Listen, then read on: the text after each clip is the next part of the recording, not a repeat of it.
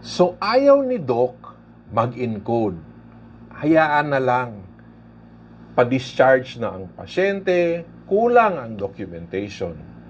Sa dami ng ginagawa ng mga doktor, minsan sinasabi na lang natin, basta may order, kami na bahala sa CF4. Doc, okay? Kami na bahala kahit kulang. Kami na bahala kahit hindi mabasa yung penmanship. O, familiar ba? So, pero ito yung tanong. Kaninong role ba talaga ang clinical documentation? Sino ba dapat ang gagawa na to?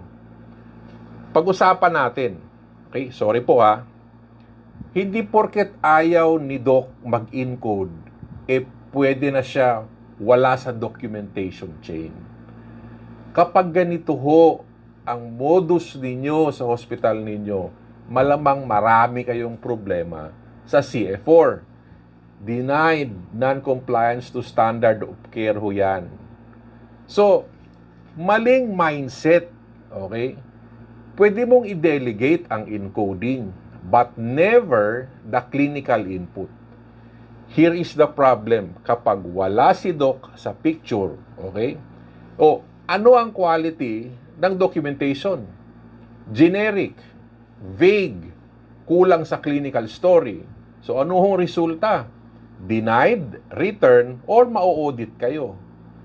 So, CF4 is not a form you just fill up. It's a legal and a clinical document. At si PhilHealth, naghahanap ng clinical justification. Hindi ho template ang answer. So, hindi trabaho ni encoder mag-invento ng history present illness. Hindi nila dapat hulaan bakit admitted yung pasyente. Trabaho ni Doc yan. Yes, ayaw ni Doc mag-type. No problem. Pero ang solusyon ay hindi iwasan si Doc. Ang solusyon ay i-guide natin si Doc. Okay? Teach them what to write. Isulat muna ang tamang clinical details ni Doc. Okay? Then ito. Get encoders. Train encoders properly. Okay? Train po ha. Hindi po nag-hire lang kayo at walang training. Hindi din ho pwede na pina-encode nyo lahat ng nakasulat sa chart. Okay? Create a system wherein doctors give quality clinical notes and encoders po translate it, the CF4 entries accurately.